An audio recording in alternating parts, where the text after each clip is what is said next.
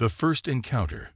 The Caldari Empire had swept through 17 star systems in less than an Earth decade. Their sleek, crystalline vessels, elegant and deadly, moved through space like predatory fish, leaving conquered worlds and subjugated species in their wake. The pattern never varied: arrival, demand for submission, and then either peaceful integration or swift annihilation. Most chose integration. Those who didn't became cautionary tales, their shattered planets serving as grim monuments to Caldari supremacy. High Commander Vasix stood on the observation deck of the Eternal Dominion, his flagship and pride of the Caldari Armada. His scaled skin rippled with iridescent patterns of satisfaction as he studied the holographic display of their next target, a small blue-green planet on the outer arm of an unremarkable spiral galaxy. "Report," he commanded, his dual-toned voice echoing through the chamber. Science Officer Nexera stepped forward, her movements precise and deferential. "The species calls itself human. They've achieved basic interstellar travel within the last century, with colonies on their moon, Mars, and 3 exoplanets within their home system. Technological level is classified as Stage 3, advanced but still developing. No unified planetary government. Multiple nation-states with varying military capabilities." Vasix's mouthparts twitched into what passed for a smile among his kind. "Easy conquest, then. A fractured species will surrender quickly. There is one anomaly, High Commander." Nexera's voice held a note of hesitation. "Their military technology seems disproportionately advanced compared to their other developments." Vasix dismissed her concern with a flick of his primary appendage. "Many species prioritize weapons. It changes nothing. Prepare the standard greeting. We'll give them the opportunity to submit like all the others." The Caldari signal beacon launched toward Earth, programmed to broadcast their terms in all human languages: surrender sovereignty or face extinction. On Earth, the United Defense Coalition war room erupted into barely controlled chaos. Representatives from every major nation crowded around displays showing the massive alien fleet that had appeared at the edge of their solar system. Admiral Helena Chen, appointed emergency commander of Earth's combined forces, studied the alien message with narrowed eyes. Unlike the politicians shouting around her, she maintained a calm exterior that belied the calculations racing through her mind. "They expect immediate capitulation," she said, her voice cutting through the noise. "Typical move of an expansionist empire that's never met significant resistance." President Omar Reyes of the North American Alliance leaned forward. "We have no choice, Admiral. Did you see the size of their fleet? They could glass the entire planet before our ships even reach Mars orbit." Chen's expression hardened. "With respect, Mr. President, I disagree. They don't know us. They've never faced humans before." "And what makes us so special?" asked the European Union Chancellor with bitter sarcasm. "We're outnumbered and outgunned." Chen turned to face the assembled leaders, her voice level but intense.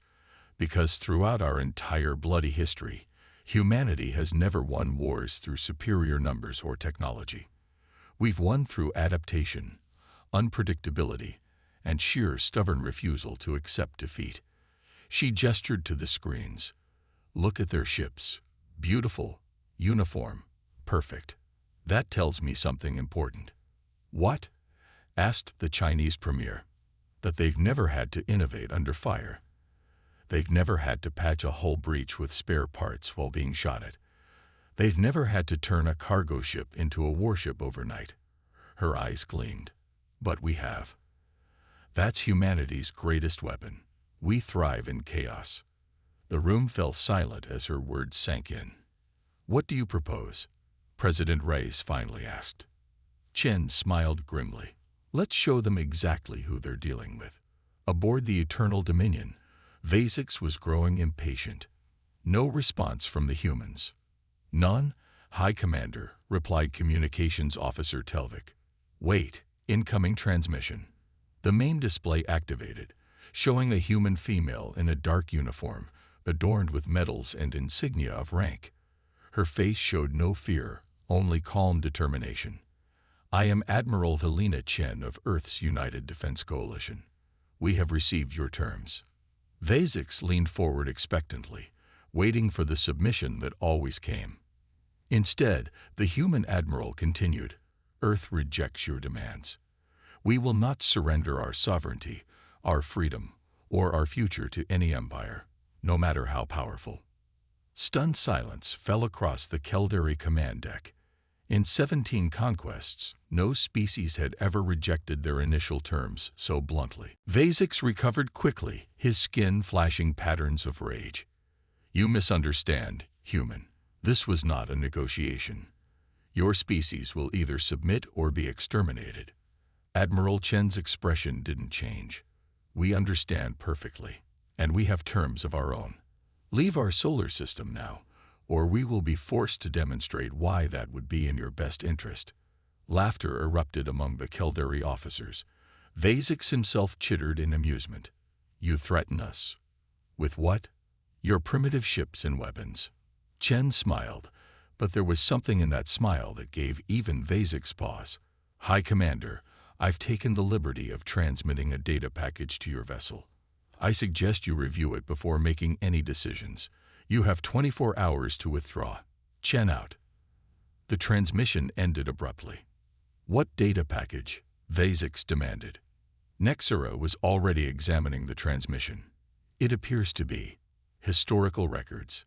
Military history of the human species." "Display it," Vasix ordered, curious despite himself. The command deck screens filled with images and videos from Earth's long history of warfare. The Caldari watched in growing unease as the data showed centuries of human conflict, from ancient battles to modern wars. What disturbed them wasn't the primitive nature of early human weapons, but rather the speed of their military evolution and the savagery with which humans fought. They'd spent their entire history fighting. "Themselves," Nexera whispered, her usual scientific detachment wavering. The final section of the transmission showed Earth's response to the Caldari arrival. Shipyards working at impossible speeds, retooling civilian vessels into warships. Defensive platforms being assembled in orbit. Weapons systems previously kept secret now being unveiled. What caught Vasix's attention most was the design philosophy of human warships. Unlike the elegant Caldari vessels, Earth's ships were brutal, utilitarian constructs. No concern for aesthetics, only function. Every surface bristled with weapons, point defense systems, and heavily armored plating. They looked as if they had been designed by a species that expected to be attacked from any direction, at any time. Because they had been. "High Commander," Strategic Officer Krevik spoke hesitantly, "I've analyzed their fleet movements. They're not deploying defensively as expected. They're spreading out, adopting attack formations." Vasix felt an unfamiliar sensation creeping along his spine. Doubt. "They can't possibly think they can win," he said, but his dual-toned voice lacked conviction. Nexera continued studying the human data transmission. "High Commander, there's something else here. Records of human conflict resolution strategies. They have a concept called asymmetric warfare. The idea that a technologically inferior force can defeat a superior one through unconventional tactics. Primitive desperation," Vasix declared, but he couldn't shake his growing unease. "Perhaps," Nexera agreed cautiously, "but they have applied this concept successfully throughout their history. And this," she highlighted a particular section of data, "this is a psychological profile of human soldiers, showing extreme adaptability under pressure and willingness to self-sacrifice for tactical advantage." The command deck fell silent as the implications sank in. The Caldari had never encountered a species that voluntarily sacrificed its members as a standard military tactic. "High Commander," Krevik said quietly, "scans are detecting unusual radiation signatures from the approaching human fleet. They appear to be nuclear weapons. Hundreds of them." Vasix's skin patterns shifted to a murky green of concern. They would detonate nuclear devices in their own solar system. The radiation would render their colonies uninhabitable. Yes, Nexera replied simply. According to their historical records, they'd been willing to destroy their own environment to win conflicts. They call it scorched earth, leaving nothing of value for the enemy, even if it means sacrificing their own resources. For the first time in his long military career, High Commander Vazix felt something he had never experienced before, the cold touch of genuine fear.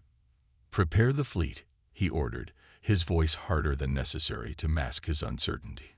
"If these humans want extinction, we will grant their wish." But as he watched the approaching Earth ships on the tactical display, ugly, brutal vessels clearly designed by a species that had evolved through constant warfare, Vazix couldn't shake the feeling that the Caldari Empire had finally encountered an opponent unlike any other. Reckoning. The first shots came not from the Caldari's main battle line, but from Earth's fleet, a massive barrage of electromagnetic pulses that washed over the front rank of alien vessels. Lights flickered across the crystalline ships as their systems temporarily faltered. "Primitive," Vazix scoffed, though inwardly relieved the attack had been so ineffective. "Retaliate with." "High Commander." Krevix's voice had risen an octave. Multiple human vessels accelerating to collision vectors. On the tactical display, smaller Earth ships had broken formation and were now hurtling directly toward the Caldari fleet, engines burning well beyond safety parameters. "They wouldn't," Vazix breathed, but even as he spoke, the first human ship slammed into a Caldari cruiser. The explosion tore through the elegant alien vessel's hull, sending crystalline fragments spinning into the void. Before the Caldari could recover from their shock, 3 more impacts followed in quick succession. Ramming attacks. Telvik's voice trembled with disbelief. "They're sacrificing their own ships and crews." "All vessels, evasive maneuvers," Vazix commanded, but the Caldari fleet's tight formation, perfect for coordinated energy weapon strikes, made them vulnerable to the human suicide runs. As the Caldari ships scattered to avoid the kamikaze attacks, Earth's main battle group opened fire with railguns and missile salvos. The projectiles were crude by Caldari standards, but launched in such overwhelming numbers that even their advanced point defense systems couldn't intercept them all. "High Commander, we're losing cohesion," Strategic Officer Krevix reported, struggling to keep the panic from his voice. "The humans, they're not fighting according to any recognizable doctrine. Each of their ship captains seems to be improvising independently." Vazix stared at the tactical display in growing horror. The elegant battle plans he had prepared were useless against the chaotic human assault. There was no pattern to predict, no strategy to counter, just pure, unpredictable aggression. "Launch the Void Lances," he ordered, the Caldari's most powerful weapons, beams of concentrated dark energy that could slice through any known material, began firing into the human fleet. Several Earth vessels were cut in half instantly, their crews exposed to the vacuum of space. Yet for every human ship destroyed, the survivors became more aggressive, not less. They didn't retreat to regroup as any sensible military force would. Instead, they pressed forward, closing the distance where the Caldari's superior weapons were less effective. "Incoming transmission from the human flagship," Telvik announced. Admiral Chen's face appeared on screen again. Unlike before, her uniform was now torn and bloodied. A gash across her forehead leaked red fluid, but her eyes burned with cold determination. "High Commander," she said, her voice steady despite the chaos visible behind her. "Your Void Lances are impressive. We've lost 23 ships and over 12,000 personnel." She paused, then smiled thinly. "But you should know something about humans. We've spent our entire history perfecting the art of dying with purpose." The transmission cut to a tactical display showing the current battle formation. To Vazix's horror, he realized that the seemingly random human attacks had actually been herding the Caldari fleet into a specific configuration. "We're surrounded," Krevix whispered. Chen's face reappeared. "Your ships are beautiful, High Commander. Perfect in every way. But there's something you haven't considered. We don't build our ships to be beautiful. We build them to survive even when half destroyed. As if on cue, the human vessels, the Void Lances, had cleaved in two, suddenly reactivated. The front sections, still containing functional weapon systems, began firing at point-blank range into the Caldari ships nearest them. Impossible, Vazix roared. No species designs ships to function after catastrophic damage. We do, Chen replied simply. Because in our history, we've never had the luxury of assuming our vessels would remain intact. Now, I'll give you the same choice you gave us. Surrender or face extinction. You have 5 minutes to decide. The transmission ended. Vazix turned to his officers, expecting to see the same outrage he felt. Instead, he saw fear in their eyes, genuine terror of the species that treated death as just another tactical resource. We still outnumber them, he insisted. We can. High Commander, Nexaray interrupted, her voice hollow. I've completed my analysis of the human weapon systems, the nuclear devices we detected earlier. They're not typical warheads. They're something the humans call cobalt bombs, designed not just to destroy but to render entire regions uninhabitable for centuries through radiation poisoning. They wouldn't use such weapons in their own solar system, Vazix argued, but without conviction. Their historical records indicate otherwise, Nexara replied. They've developed weapons specifically designed to poison their own planet if necessary to deny it to an enemy. A new alert sounded across the command deck. High Commander, Krevix reported, his voice barely audible. The human vessels are transmitting on all frequencies. They're broadcasting the names of their ships. The Caldari command screens filled with the designations of the Earth fleet. Unlike the Caldari ships named for glory and conquest, the human vessels bore names that sent chills through every officer present. Defiance, Last Stand, Remember Terra, Extinction Event, Death Before Surrender, Gravedigger, Final Warning, Never Again. These weren't the names of a species that feared death. These were the names of a species that had embraced it as a weapon. 5 Caldari cruisers destroyed. High Commander, Krevix reported mechanically. 12 more heavily damaged. We've lost 30% of our combat capacity. Vazix stared at the tactical display, watching as his beautiful fleet, the pride of the Caldari Empire, was being systematically dismantled by a species that should have surrendered at first sight of their superior force. The human Admiral is hailing us again, Teldix said. Your 5 minutes have elapsed. Chen appeared once more. The bridge behind her was now filled with smoke, and more human crew members were visibly injured. Yet none showed fear, only the same grim determination as their Admiral. Your decision, High Commander, she asked quietly. In that moment, Vazix understood what truly separated the Caldari from humans. His species had evolved in peaceful cooperation, turning to conquest only after achieving interstellar travel. They fought wars from a position of overwhelming advantage, never having experienced true existential threat. Humans, by contrast, had evolved through constant conflict, with nature, with other species on their planet, and most of all, with each other. They didn't just know how to fight. They had spent thousands of years perfecting the art of war in all its forms, and unlike the Caldari, who saw warfare as a means to expansion, humans approached it with a terrifying singularity of purpose, survival at any cost. Stand down all weapons, Vazix ordered, his dual-tone voice heavy with defeat. Prepare to receive the human Admiral for surrender negotiations.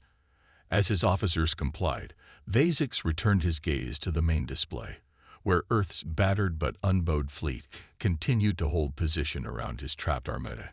The ships still bristled with weapons, their crews clearly ready to resume the slaughter at a moment's notice. In 17 conquests across the galaxy, the Caldari had never encountered a species willing to destroy themselves to ensure their enemy's destruction. They had never faced opponents who turned disadvantage into advantage, who treated death as a tactical resource rather than something to be avoided. They had never met humans.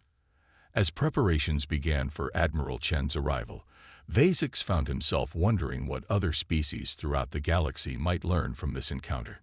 Not about the Caldari Empire's first defeat, but about the terrifying potential of a species that had evolved not through peaceful cooperation, but through millennia of conflict, adaptation, and the relentless drive to survive against all odds. Humanity had not just defeated the Caldari fleet, they had introduced the galaxy to an entirely new understanding of warfare, one where victory wasn't determined by technology or numbers, but by the psychological willingness to go further than any rational species would dare.